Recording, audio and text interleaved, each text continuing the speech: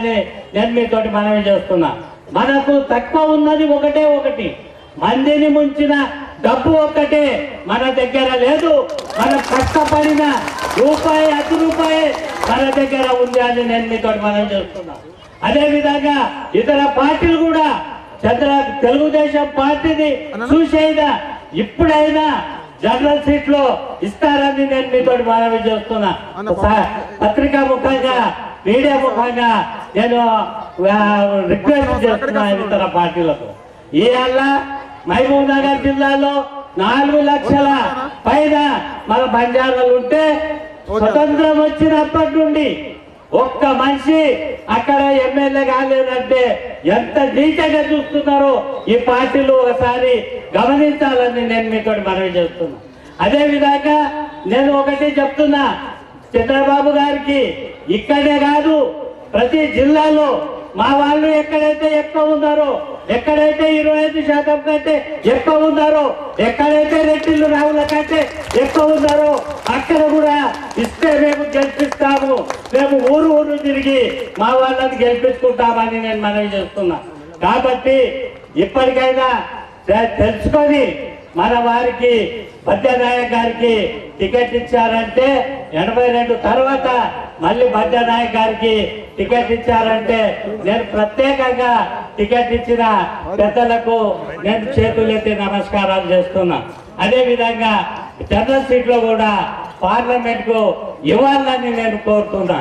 ఎందుకంటే మాలో ఏమి తప్పలేదు, ఒక డబ్బులు తప్ప ఎవరు కూడా దోపిడీ చేసిన డబ్బు తప్ప వేరే వాళ్ళు గెలవచ్చు. కానీ మాకు టికెట్ ఇస్తే ఇటువంటి వాళ్ళందరూ డబ్బులు లేకుండా వాళ్ళ చేతి డబ్బులు ఇచ్చి రూపాయి 10 రూపాయి మళ్ళీ మాకు ఇచ్చి గెలిపించే సత్తా మా బంజారాలో ఉంది అని నేను మనవి చేస్తున్నా. కాబట్టి ఇక్కడ నేను ఇంకోటి మనవి చేస్తున్నా. ఇక్కడ ఒక పెద్ద మనిషి ఉన్నాడు, ఆయన చాలా పెద్ద హోదాలో ఉన్నాడు, ఉండి కూడా చిన్న పోస్టు కూడా వాళ్ళ కొడుకుని నిలబెడుతున్నారంటే ఎంత అన్యాయమో మీరు గమనించండి అని నేను ఇక్కడ మనం చేస్తున్నా. ఇది ఆయన ఎవరి తిరిగే కార్యకర్తలకు యోగ్యత లేదు అని నేను మనవి చేస్తున్నా. ఏంటి వాళ్ళ ఆయన ఎవరు తిరిగే కార్యకర్తకు ఎవరికైనా ఇవ్వచ్చు కదా, అది కూడా తన కొడుకుకే ఇచ్చుకుంటున్నారంటే సిగ్గుపడవలసిన ఈ విషయమని నేను మనవి చేస్తున్నా. అదే విధంగా ఇటువంటి సంస్కృతి పోవాలని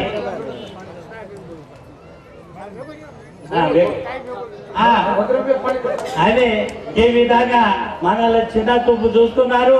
ఏదో బద్యానాయక్ గారికి ఇచ్చారు, మన బద్యానాయక్ గారిని గెలిపించాలని మనవి చేస్తూ నేను సెలవు తీసుకుంటున్నా. జై హింద్, జై తెలుగుదేశం, జై Banjara. Thank you Kishan Singh sir, thank you very much. మంచి మెసేజ్ ఇస్తారు. ఇప్పుడు పోతిరెడ్డి గారు ఉంటారు.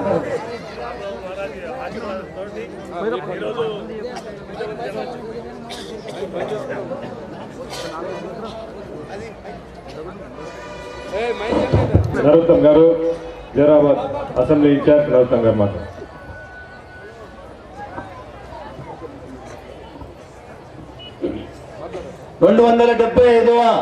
సేవాలాల్ మహారాజ్ గారి జయంతి ఉత్సవాలకు వచ్చిన సోదరులందరికీ నా యొక్క ధన్యవాదాలు, శుభాకాంక్షలు అందరికీ.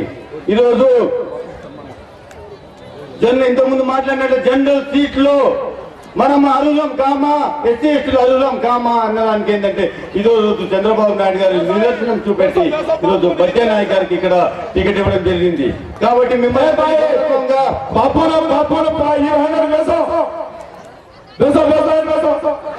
ఈ సందర్భంగా మిమ్మల్ని అందరినీ కోరేదంటే చిన్న కులాలందరూ ఐక్యమత్యమై మనము మన క్యాండిడేట్లను గెలిపించుకున్న రోజు రేపు పెద్దలు ఎవరైనా కూడా ఏంటంటే మనకు జనరల్ సీట్లలో కూడా సీట్ ఇస్తారు. అదే విధంగా ఈ రోజు 275వ సేవలాల్ జయంతి ఉత్సవాలను చేయడానికి ముందుకు వచ్చిన జైరాబాద్ పార్లమెంట్ ఇన్ఛార్జ్ మదన్ మోహన్ రావు గారికి కూడా అభినందనీయాలు. వారికి అందరూ కూడా ఏంటంటే మనం అందరం కలిపి సపోర్ట్ ఇచ్చినప్పుడు అవుతుంది అని చెప్పేసి సమయం లేదు కాబట్టి మనం అందరం ఐక్యమత్యం కావాలని చెప్పేసి మిమ్మల్ని అందరినీ కోరుతూ, మరి ముఖ్యంగా ఇక్కడ వచ్చిన వారికి అందరికీ మనం ముఖ్యంగా రామరావు మహారాజ్ గారికి నా యొక్క తెలుసుకుని ధన్యవాదాలు. बापू ने कीर्तन गा रहा था तुम बेसो आपस को नहीं भूख लगी जरा 1 मिनट बेसो से 5 मिनट मंथन का अब बापू कीर्तन गा रहा था बापू कीर्तन गा रहे पर मदन मोहन बातें करने पर मकरन बापू के साथ कोई कोई बातें करेगा अब जरा बेसो दया करता नहीं बेसो सिर्फ बेसो सम्मान हो जाए पता 15 मिनट में प्रोग्राम कंप्लीट हो जाता है दया करता नहीं सिर्फ बैठना हो हेलो राइट ओके गुरुवारे देवे वरदात के प्लीज कम से बात मारना भी आपके सारे सम्मान देते थे भैया गुरुवारे देवे वरदात भाषणा गुरुवारे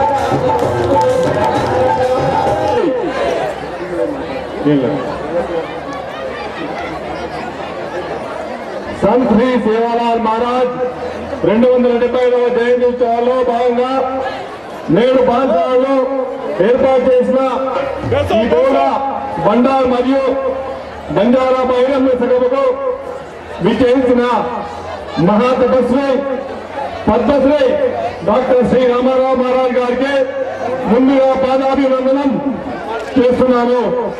ఈ సభకు ముఖ్య అతిథిగా వచ్చిన దీక్షకుడు ప్రేమ్ సింగ్ గారికి, వేదికపై ఉన్న పెద్దలందరికీ, నా బంజారా సోదరులకి మీడియా మిత్రులందరికీ నా శుభాభినందనలు. అయితే ఈరోజు సేవలాల్ మహారాజ్ గారి 275వ జన్మదినంగా ఆనాడు సేవలాల్ మహారాజ్ గారు నిండు నదిలో నుండి తనతో పాటు బడాలను సురక్షితంగా దాటించడం, విషం కలిపిన మిఠాయిలను తినడం, నిజాం ప్రభుతో పోరాడి ఆయన మెడల్ నుంచి తన కాళ్ళపై పడి క్షమాపణ అడిగేటట్టు చేయడం వంటివి విన్నప్పుడు మహారాజ్ గారి శక్తి ఏమిటో తెలిసింది నాకు. అటువంటి సేవలాల్ మహారాజ్ గారి మరో స్వరూపమైన శ్రీ రామారావు మహారాజ్ గారికి గురించి